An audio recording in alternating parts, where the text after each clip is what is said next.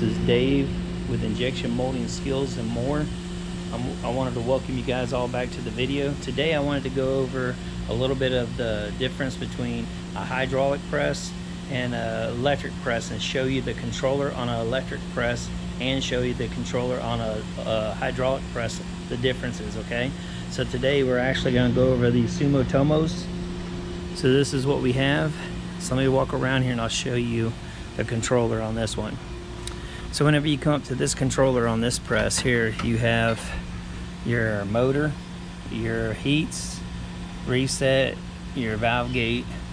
These are for setting the die height and automatic. Okay, and you got standby, manual, neutral, semi, auto, mold close or mold open, mold close, injection, suck back or pull back, plasticating, purge on automatic purge, sled back, sled forward, ejectors forward and back, cores, and then this would be your die height to space it out.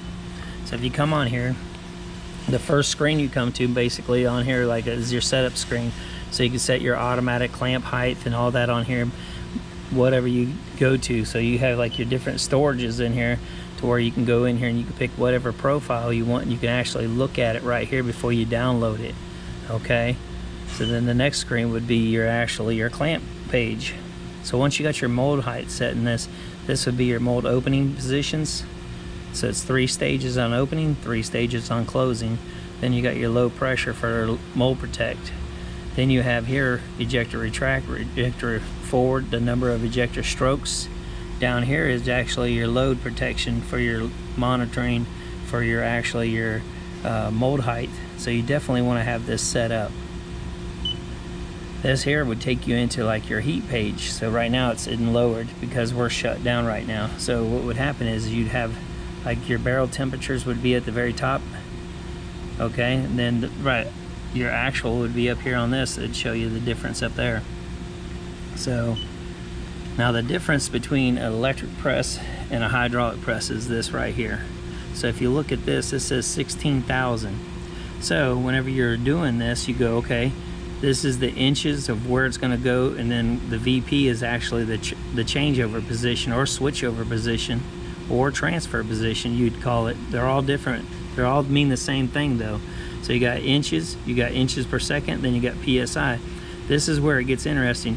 We only want 1600, but you got to add an extra 0 to it when it's an electric press.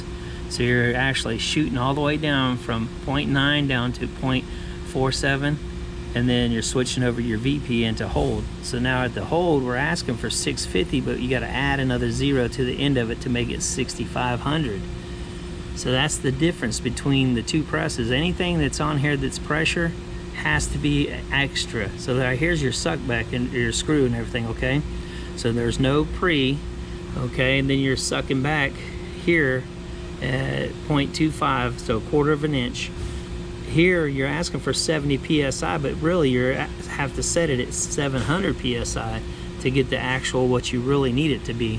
So that's what throws everybody off, is this number right here will throw you off, because you got to remember this is all electric, a lot of belt driven and servos and stuff like that run this press.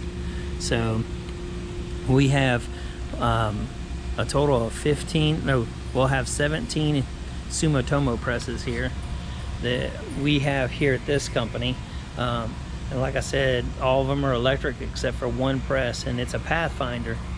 So on the Pathfinders, this is what we had at the last place I used to work at. So on this, what you would have is so your holding pressure, you're asking for 550 psi. That's what you're actually asking for.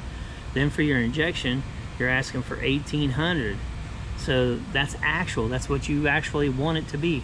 So then when you go in here, you go to your screw page, you know, you're asking, anything that you put in pressure on here is actually what the pressure is actually going to be. So you're asking for 500 psi there. You come back over, you go to your injection pages.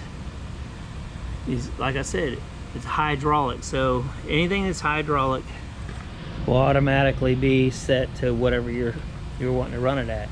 So the key is whenever you're running an electric press, a lot of people say, okay, well, everything's different on an electric press. It's not that much different. Really what the difference is the pressures are different. Your speeds are still going to be the same. Your inches per second are still going to be, the velocities, all that stuff's still going to be the same, vice versa. A little bit of differences there a little bit, but you'll see sometimes the pressures will be a little higher in your hydraulic presses. I'm getting all messed up there, but you'll see like on the electric presses, they're so quiet you can't even hear them running most of the time. Now on electric presses, yeah, you got to pay for the hydraulic fluid and stuff. Then you got leaks that leak out all over the floor. You got a lot of different stuff that happens on a hydraulic press that you would on an electric press. Now on an electric press, yeah, they're more efficient as far as they're quiet. The motors don't run all the time. They go into a shutdown, like on these Sumitomos, they shut themselves down. You know, after so long, after the heat's sit there for so long, they automatically lower themselves down so they're not sitting there cooking the whole time. So pretty much 10 times more on anything that's electric. And I think that's across the board on all things. You know, like anything that's like Cincinnati Millicrons, they're set up the same way. Pretty much any of them are all that way. Now I've worked on several different electric presses and I like them. I like hydraulic presses, but really there's not that much difference between the two except for the pressure, how you set it, okay? I hope you guys enjoyed this video. I want you guys to comment down below of videos you'd like me to post in the next coming weeks. I don't really have a lot of information going forward right now. I'm trying to get settled in still, trying to get adjusted to my new job and everything. So if you guys could give me some ideas of things you'd like me to go over. I thought about going over back pressure again because that was one of my biggest videos that everybody really enjoyed watching. So I thought about doing like part 2 of back pressure just to give everybody a little bit of insight on the back pressure again. I really do appreciate all the support to the channel. Please like, share, and subscribe. Until next time, peace.